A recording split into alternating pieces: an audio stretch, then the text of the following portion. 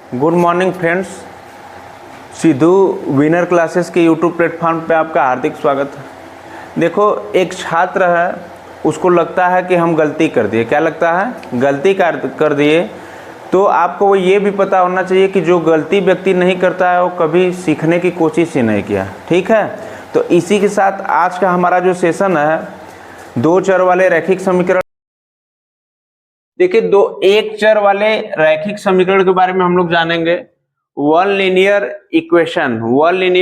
Equation इसमें है क्या? ऐसे समीकरण जिसमें केवल एक चर वाले रैखिक बहुपद, ठीक है, एक घात बहुपद हो, एक चर वाले रैखिक समीकरण कहलाता है। सीधी बात है कि जिसका घात क्या होगा? एक होगा। जिस बहुपद का घात एक होगा रैखिक बहुपद कहेंगे। देखिए, एक चर वाले बहुपद। आगे उदाहरण क्या है हमारा? Example 3x - 2 = 0। तो यहाँ पे नोट में हम लोग पढ़ते हैं कि एक चर x वाले रैखिक समीकरण का व्यापक रूप जो होता है बेटा, ax + b = 0 होता है। क्या होता है? ax + b = 0, जहां a और b वास्तविक संख्याएं होती हैं और इसमें क्या होता है? a ≠ 0 होता है। देखिए, हमारा दो चर वाले रैखिक समीकरण के बारे में जानेंगे हम लोग। इसको इंग्लिश में बोलते हैं टू लाइनियर इक्वेशन। ठीक है, और इसमें होता क्या है कि ऐसे समीकरण जिसमें ax + by + c = 0 के रूप में व्यक्त किया जाता है तथा a, b और c वास्तविक संख्या है इसमें। ठीक है, तो तथा a और b दोनों शून्य नहीं है, तो दो चर वाले रैखिक समीकरण क्या करते हैं? कहलाते हैं। अब देखिए, एग्जाम्पल जैसे है हमारा कि x + 2y = 3 दे दिया, तो इसको करेंगे क्या? पक्षांतर करते हैं, तो x + 2y - 3 = 0 कर देंगे। और जो हमारा ये होगा, a और b वास्तविक संख्या शून्य भी नहीं होगा और ax + by + c = 0 के रूप में व्यक्त हो जाएगा, क्योंकि इसमें जब मान पूछेगा x = 1 और y = 2 और c का वैल्यू पूछेगा तो c बराबर क्या है? -3। ठीक है, निकल के भी आ जाएगा।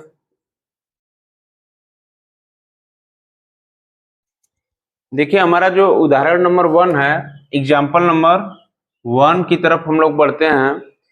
है क्या कि नीचे दिए गए समीकरणों को ax + by + c = 0 के रूप में लिखिए और प्रत्येक स्थिति में a, b और c के मान बताइए। देखिए, करेंगे क्या? हमारा पहला क्वेश्चन है ये 2x + 3y = 4.37। इसको क्या करना है? a, b, c की वैल्यूज निकालनी है केवल। ठीक है, तो हम करेंगे क्या? पहले क्वेश्चन का सोल्यूशन करते हैं, पहले क्वेश्चन का, और पाते क्या है? 2x + 3y बराबर क्या है? 4.37। अब हम किसमें लिखना है बेटा? ax + by + c = 0 में लिखना है।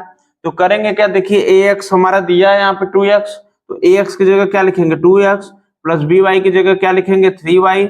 और इधर देखिए प्लस का चिन्ह है, प्लस का चिन्ह देंगे और इधर ही पाछांतर जब करेंगे इसको तो ये माइनस में आ जाएगा, -4.37 और बराबर क्या हो जाएगा? 0। बराबर क्या हो जाएगा?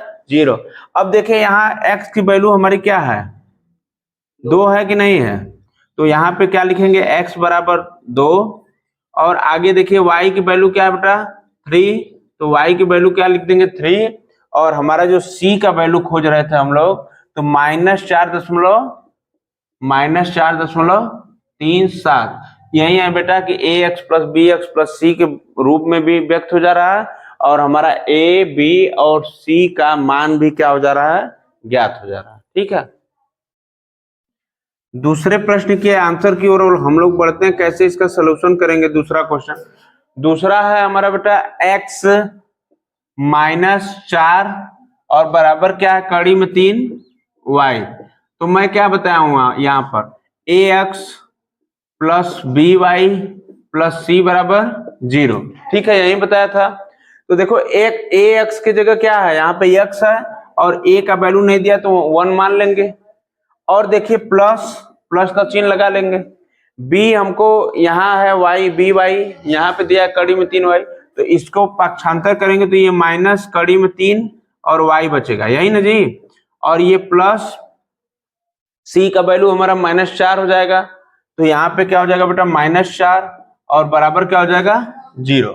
ठीक है, अगर x की वैल्यू पूछेगा तो क्या बताओगे 1 और y की वैल्यू पूछेगा तो क्या बताइएगा आप लोग, कड़ी में 3 माइनस कड़ी में 3, और अगर c की वैल्यू पूछेगा तो क्या बताओगे -4। ठीक है,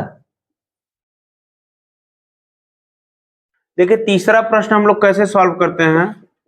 तीसरे प्रश्न का जो हमारा सॉल्यूशन है, देखिए हमारा क्वेश्चन है बेटा 4 = 5x - 3y है। इसको कैसे सॉल्व करते हैं, तो ax + bx + c बराबर 0 के रूप में लिखना है।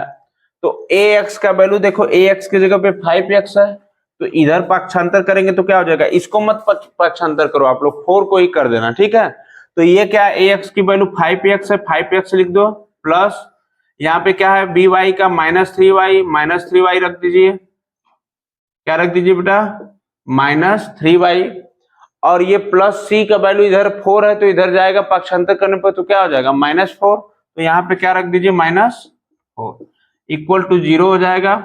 अब x की वैल्यू पूछ रहा है तो x का वैल्यू क्या है बेटा 5 है, तो x बराबर क्या हो जाएगा 5, y बराबर क्या हो जाएगा -3 और c बराबर क्या हो जाएगा -4।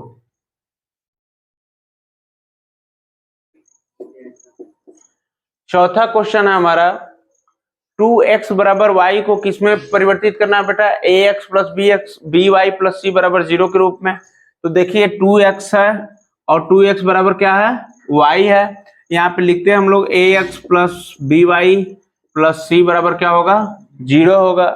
तो इधर देखो x की जगह क्या लिखा है 2x, तो यहाँ पे 2x लिख दीजिए, और प्लस by तो इधर आएगा y तो माइनस में हो जाएगा पक्षांतर करने पर, तो क्या होगा प्लस, ये b का मान क्या हो जाएगा 1 × y। ठीक है, बात समझ में आ रही है।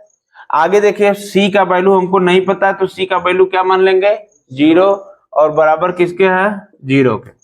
तो यहाँ पे देखिए x की वैल्यू हमारी जो आ गई 2 आ गई, कितनी आ गई बेटा 2, y की वैल्यू कितनी आ गई हमारी, y की वैल्यू -1 आ गई, और c की वैल्यू हमारी कितनी आ गई 0 आ गई, कितनी आ गई बेटा 0 आ गई। ठीक है, thanks for watching my class. निम्नलिखित में से प्रत्येक को 2 चर वाले रैखिक समीकरणों के रूप में व्यक्त कीजिए। ठीक है, इसमें 4 सवाल है, जो कि हम लोग पहले सवाल की ओर क्या करते हैं बढ़ते हैं। पहले सवाल का हम लोग का सलूशन है, देखिए यहाँ पे x की वैल्यू क्या दिया है बेटा, x की वैल्यू दिया है -5, बताना क्या है ax + by + 5 बराबर 0 के रूप में क्या करना है बेटा लिखना है, या इसको कह सकते हो c बराबर 0 के रूप में लिखना है। हम करते हैं कि आप जब पक्षांतर करेंगे तो x बराबर -5 दिया है, तो हम मान लेते हैं क्या, माना हमारा दूसरा चर क्या है बेटा, दूसरा चर y है, क्या है बेटा y है। ठीक है, तो हम करते क्या है, देखिए यहाँ पे इसको पक्षांतर करते हैं, तो ये ax है, तो a की जगह पे क्या हो जाएगा 1 हो जाएगा, और ये x हो जाएगा, प्लस हमको y हमारा दूसरा चर है, तो b के स्थान पे कुछ नहीं दिया तो 0 पॉइंट क्या हो जाएगा y हो जाएगा, और इधर बेटा प्लस c है, पक्षांतर करने पर x का मान -5 है, तो पक्षांतर करने पर इधर c का वैल्यू क्या आ जाएगा बेटा 5 आ जाएगा, बराबर क्या हो गया 0 हो गया। अब पूछा क्या है कि 2 चर वाले रैखिक समीकरण के रूप में व्यक्त करना है, तो x की वैल्यू क्या आ गई 1 आ गई, y की वैल्यू क्या आ गई बेटा 0 आ गई, और c की वैल्यू हमारी क्या आ गई 5 आ गई। ठीक है, ये रहा हमारा आंसर।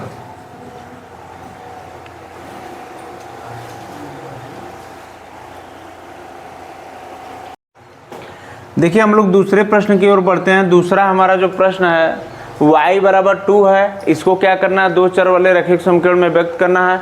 तो यहाँ आते हैं हम लोग सॉल्यूशन पे, तो y बराबर 2 चाहिए, तो सीधी बात यह है कि माना दूसरा चर जो हमारा क्या होगा, माना दूसरा चर हो जाएगा बेटा क्या यक्स हो जाएगा, क्या हो जाएगा यक्स हो जाएगा, तो जिसको चर मानते हैं उसका 0 मान हो जाता है। ठीक है, तो यहाँ पे क्या हो जाएगा x यक्स है, क्योंकि ax + by + c बराबर क्या है 0 है, तो x के जगह पे क्या हो जाएगा 0 प्लस यहाँ पे क्या हो जाएगा बेटा 1, b की जगह पे क्या हो जाएगा 1 और c की जगह पर क्या है 2 को पक्षांतर करेंगे तो इधर आएगा तो क्या हो जाएगा -2 बराबर 0, या इसको लिख सकते हैं 0.x प्लस 1.y और प्लस माइनस माइनस हो जाएगा 2 बराबर 0।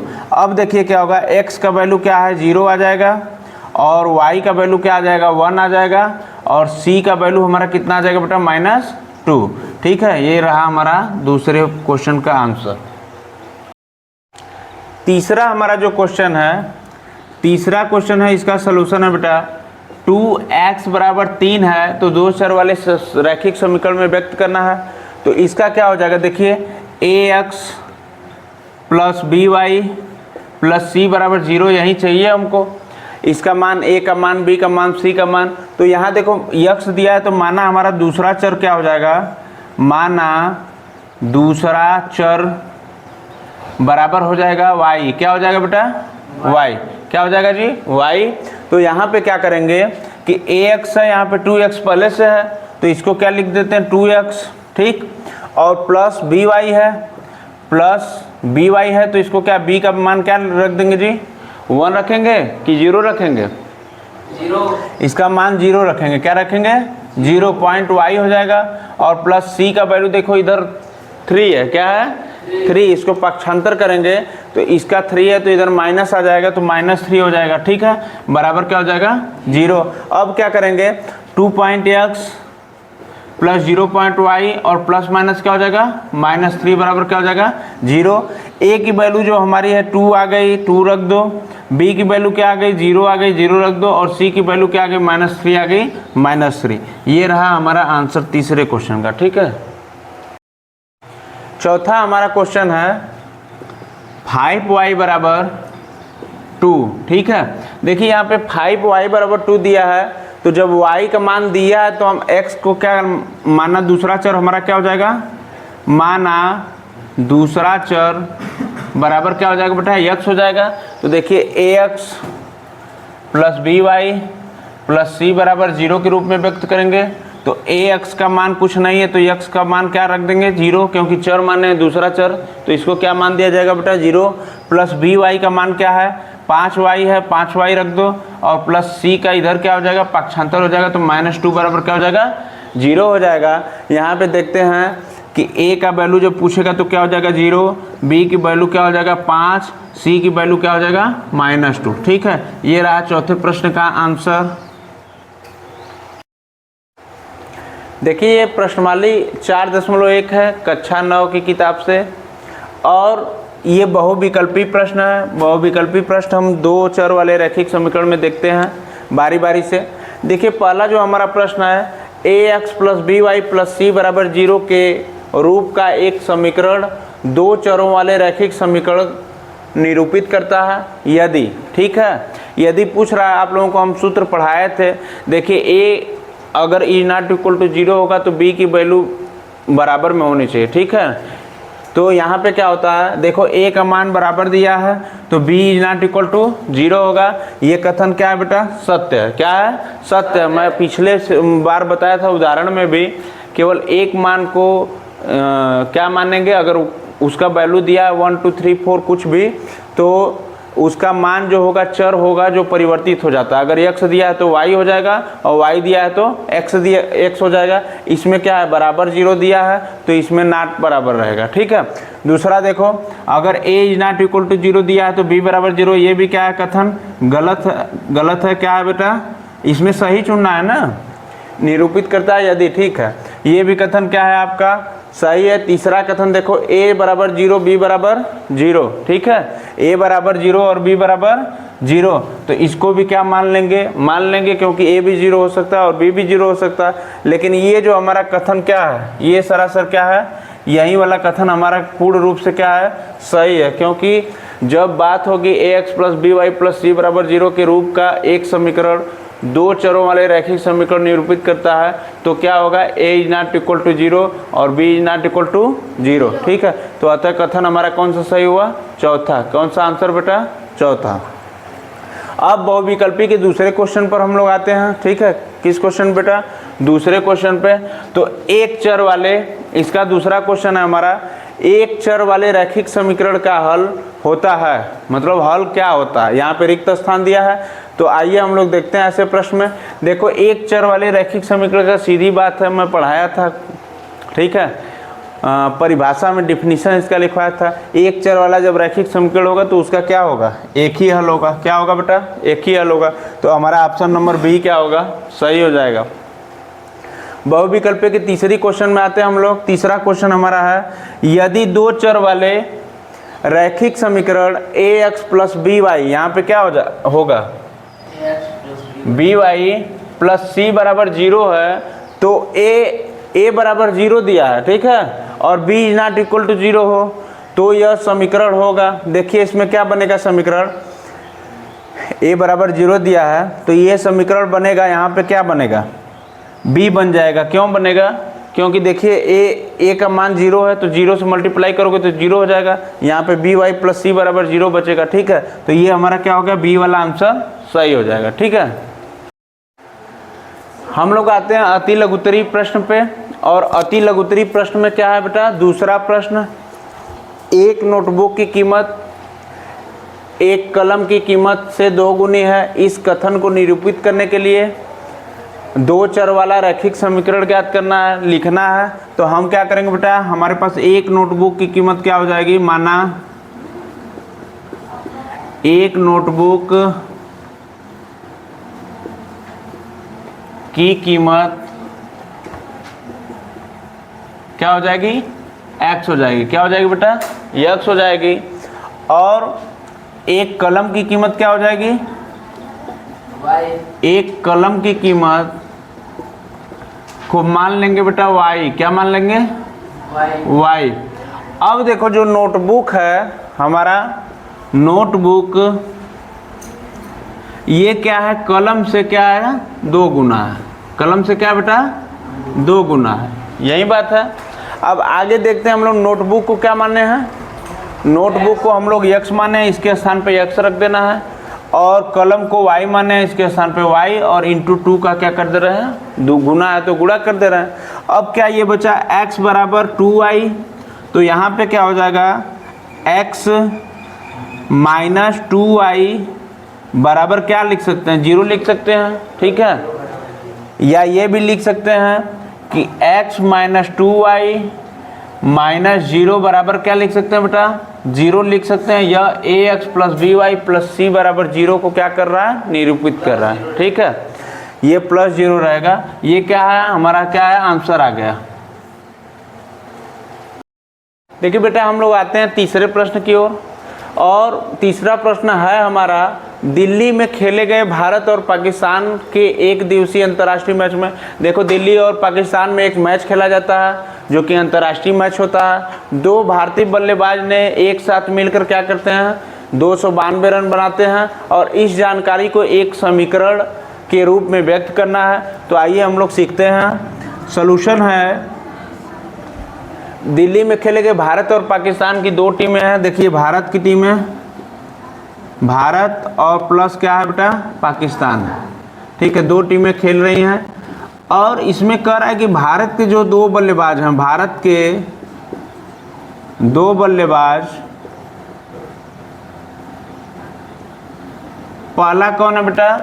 पहले को मान लेंगे हम लोग x। क्या मान लेंगे? x। और दूसरे को क्या मान लेंगे? y। दूसरे को क्या मान लेंगे? y। अब इसमें है क्या कि ये दोनों मिलकर दोनों बल्लेबाज कितना रन बना रहे हैं? 292 रन बना रहे हैं। तो एक क्या बोल रहा है कि इस जानकारी को एक समीकरण के रूप में निरूपित कीजिए। तो हम लोग का समीकरण था ax plus b y plus c बराबर 0। तो देखो x के जगह ये रखेंगे x प्लस y के जगह y, और प्लस इधर पाक्षांतर करेंगे तो ये क्या आ जाएगा? माइनस में आ जाएगा, बराबर क्या हो जाएगा? 0। तो यही हमारा क्या रहा बेटा? समीकरण। क्या रहा? समीकरण, आंसर।